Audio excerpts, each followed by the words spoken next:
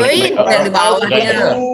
Tulan Wan, nggak mau dengerin Pak Uji ngomong. Bye bye. Buat Pak, Jawa ada.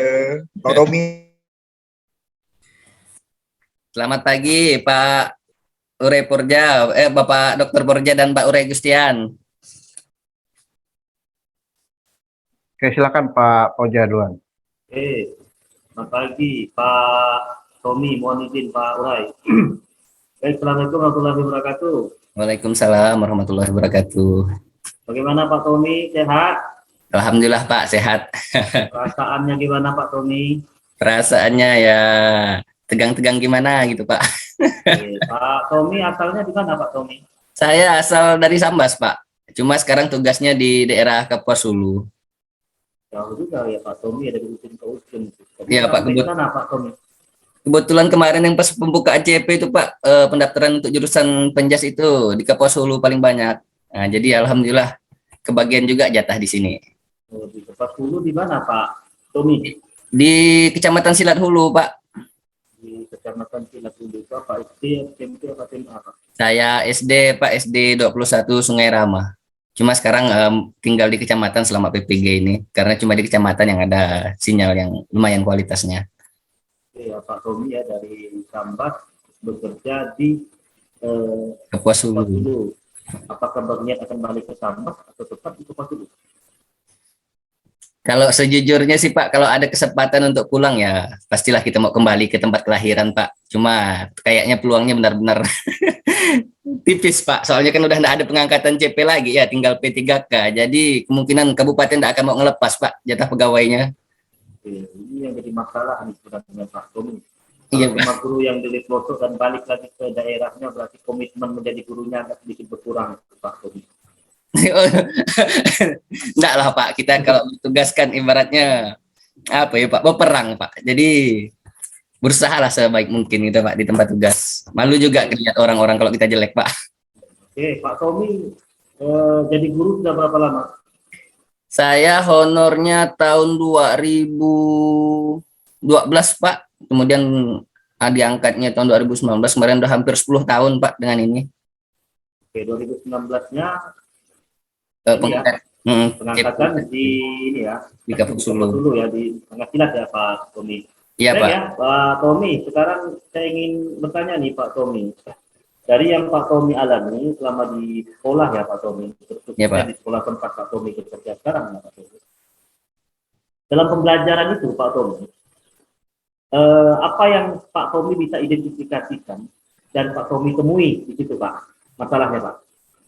Kalau khususnya di dalam pembelajaran ya Pak, kalau masalah kan banyak ya Pak, baik dari pembelajaran atau proses luar dari pembelajaran di sekolah ya Pak. Cuma kalau di dalam pelajaran yang paling sering saya temui itu adalah dari identifikasi masalah itu siswa cenderung bersifat pasif apabila melaksanakan materi pembelajaran PJOK yang non game Pak. Yang non game itu yang bukan permainan di dalam ruangan kelas. Nah, seperti itu Pak.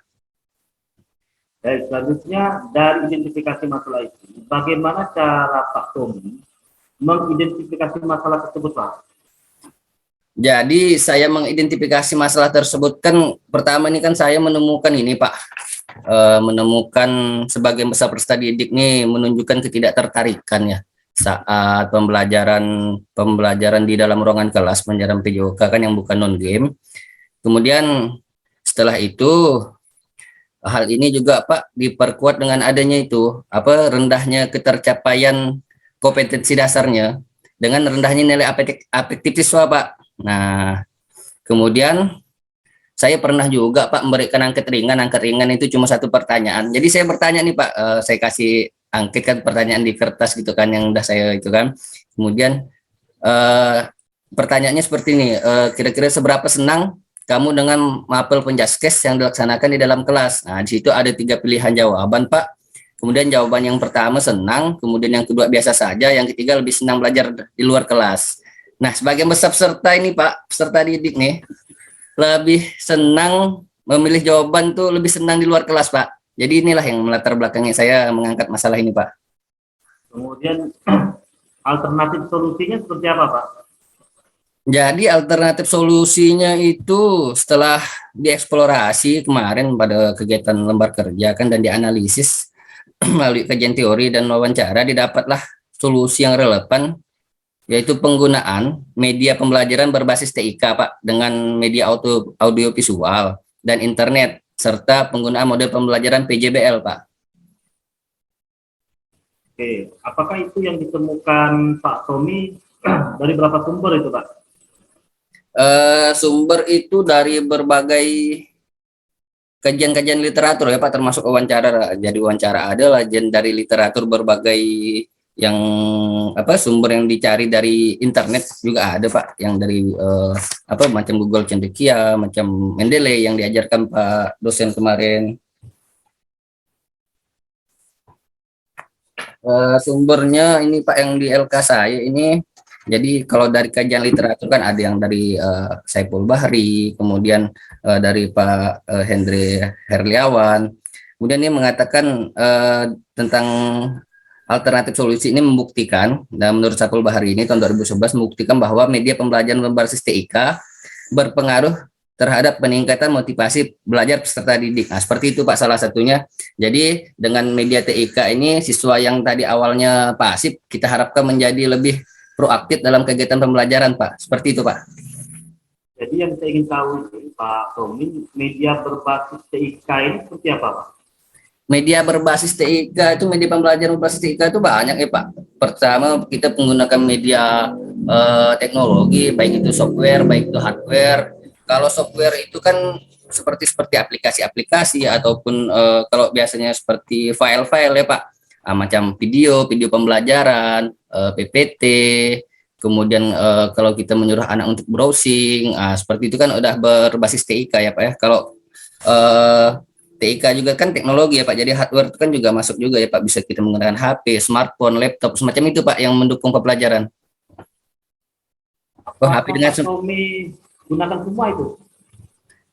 Pada saat PJBL saya nanti itu pembelajaran saya kan pakai PJBL ya Pak, saya menggunakan laptop, printer, Infokus, itu alatnya Pak? Smartphone dipakai Pak. Itu alatnya, medianya? Medianya saya menggunakan, enggak Pak, saya hanya menggunakan video pembelajaran, dan video pembelajaran itu pun saya gunakan karena ini kan kita kan student oriented ya Pak ya, jadi pembelajaran itu kan berbasis berputar ke siswa-siswa yang proaktif di dalam pembelajaran.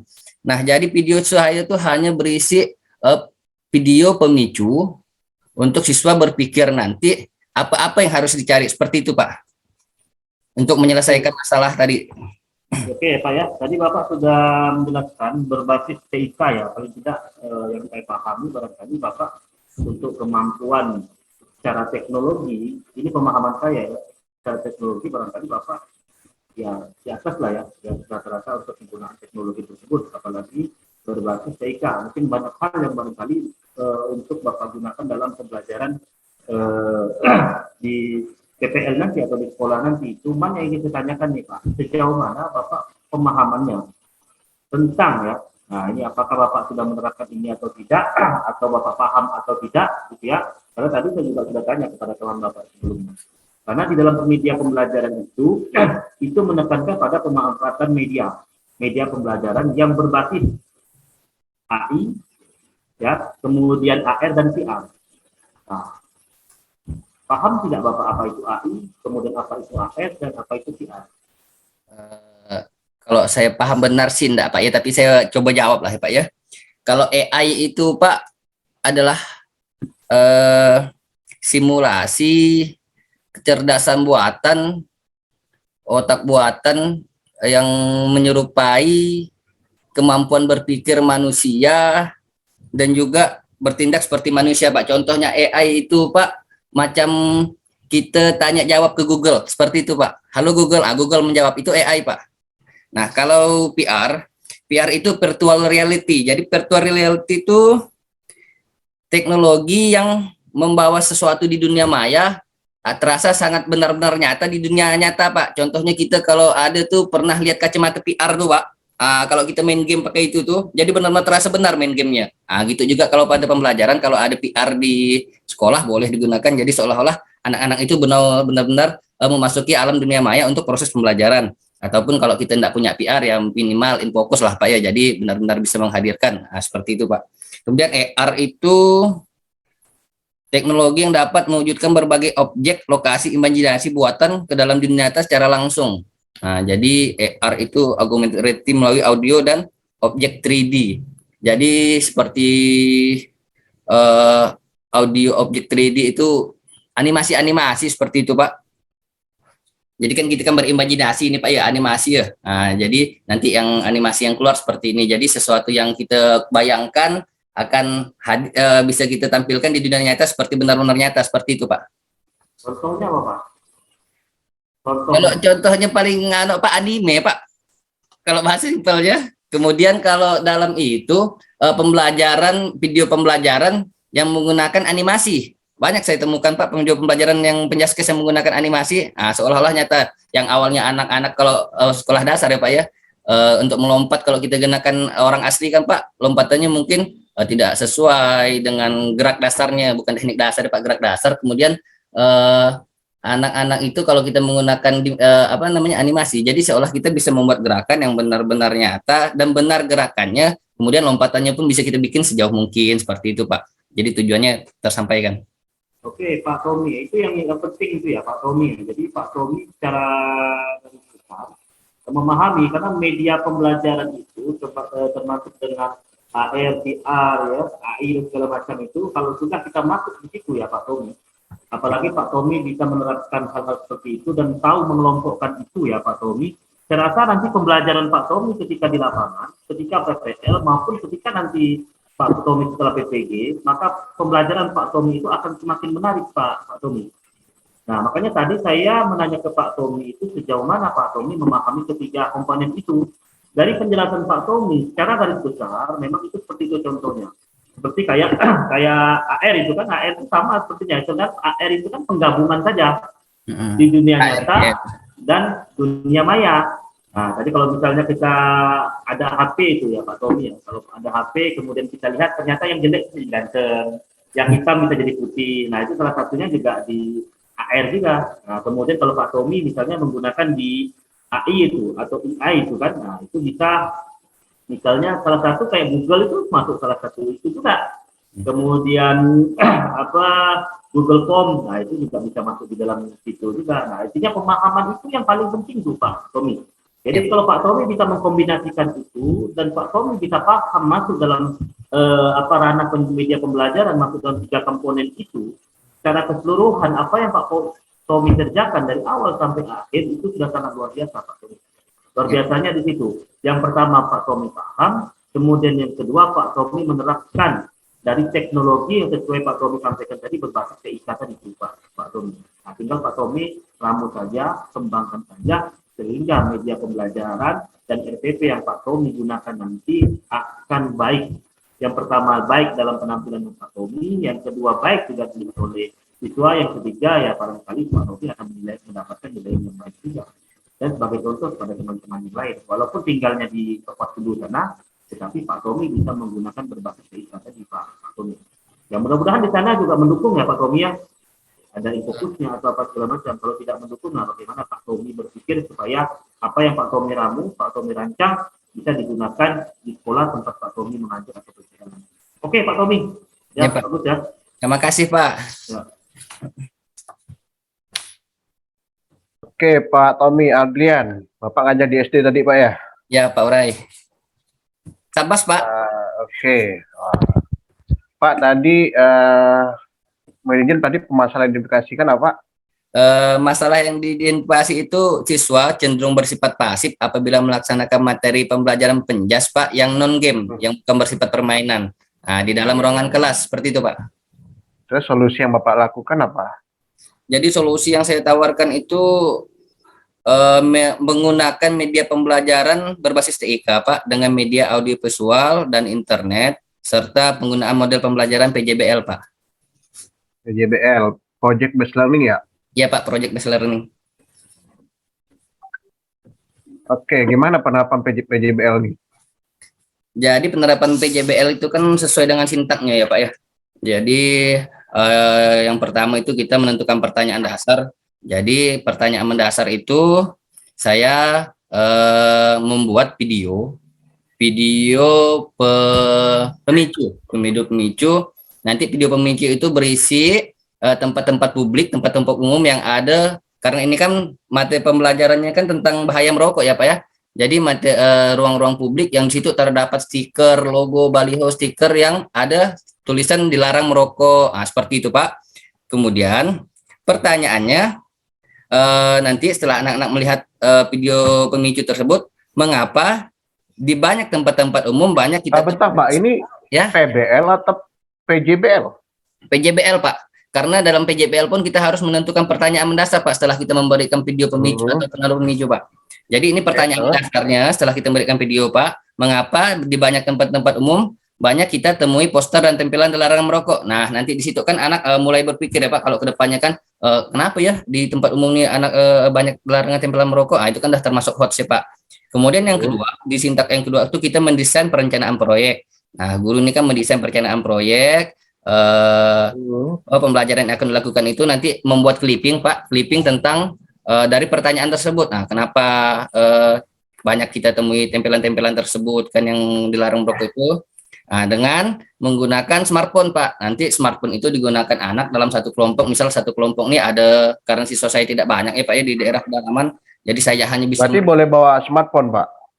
Smartphone disediakan di sekolah Pak. Kebetulan dari dana afirmasi kita dapat tab 9 buti Pak. Nanti internetnya baru dari kita menggunakan itu namanya apa penyambung lupa saya. WiFi repeater Pak. Kita pakai WiFi repeater biar sinyalnya sampai. Nah, jadi mendesain perencanaan proyek itu kita bikin, mendesain pembuatan clipping tentang materi bahaya rokok dicari dengan smartphone nanti Pak. Nanti anak-anak mencari apa nih bahaya rokok, keuntungan tidak merokok, kerugian merokok, dampaknya untuk yang pasif dan aktif mungkin seperti itu Pak. Kemudian yang ketiga, sintaknya menyusun jadwal Pak. Jadi guru nih memberikan ruang pada siswa nih. Jadi kita nih anak-anak ada 4 jam, misal ada 2 jam waktu pertemuan kita nih, 2 jam dalam waktu ya Pak, dalam 2 jam pelajaran. Jadi kalau kira-kira dalam setengah jam, nanti saya kan bilang seperti itu Pak, bisa selesai enggak nih cari ini nih, cari bahannya nih, bahan materinya seperti itu Pak. Nah, kalau bisa nanti anak-anak lah menyusun jam segini, bikin apa jam segini, bikin apa. Nah, kemudian yang keempat Pak, di pertemuan yang pertama ini kan ada 2 pertemuan ya Pak, karena ini 4 pertemuan, jadi saya pisahkan dari sintak 1 sampai 4 itu di pertemuan ke pertama, sintak 5 dan 6 di pertemuan kedua. Sintak yang terakhir di pertemuan pertama atau sintak keempat memonitor peserta didik dan kemajuan proyek. Nah, peserta didik ini kan browsing, mengumpulkan materi, nanti nempel clippingnya apa, nanti kita sambil memperhatikan berjalan-jalan di situ Pak. Kemudian kita menanya, ada kesulitan apa nih selain gitu kan seperti itu Pak. Memonitoring kemajuan Pak. Ya, sedikit masukan. Clipping itu kan seharusnya sudah ketinggalan ya. Iya Pak. Misalnya anak-anak tuh buat kayak poster atau buat apa yang tentang penjelasan bahaya merokok gitu? Poster dan map mapping ya Pak ya. Kalau poster bisa Pak sebenarnya, cuma saya kan berpikir kalau ini kan peserta didik ini kan masih di tingkat sekolah dasar ya Pak ya. Kemudian yang poster sederhana Pak, karena kalau clipping itu kan tahu saya ya mungkin beda pemahaman ya. Clipping itu kan kayak gitu di koran atau di majalah gitu ya. Seperti itu Pak, ada gambar, ada penjelasan seperti itu Pak kalau clipping. Sedangkan di sekolah agak jalan kan agak susah koran, apalagi sekarang koran itu udah susah Pak. Jangan kan dalam kami pun di anak aja agak susah nih koran itu sekarang. Itu Pak ya. Ya Pak. Mungkin perlu dipikirkan lagi lah apa aktivitas terserah Bapak dengan memampatkan misalnya membuat karya tentang bahaya merokok, misalnya memanfaatkan pohon, ranting-ranting atau daun atau segala macam, itu mungkin saya rasa lebih baik Pak. Seperti map mapping ya Pak ya Pak.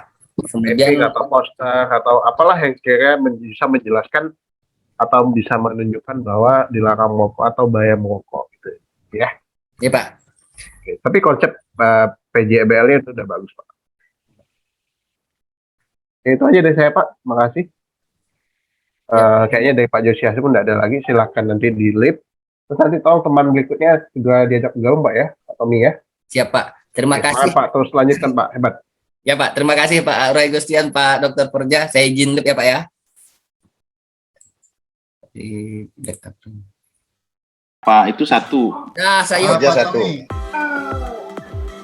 Pak Rian udah. Selamat Pak Tommy. Tuh, Pak Tommy udah keluar itu.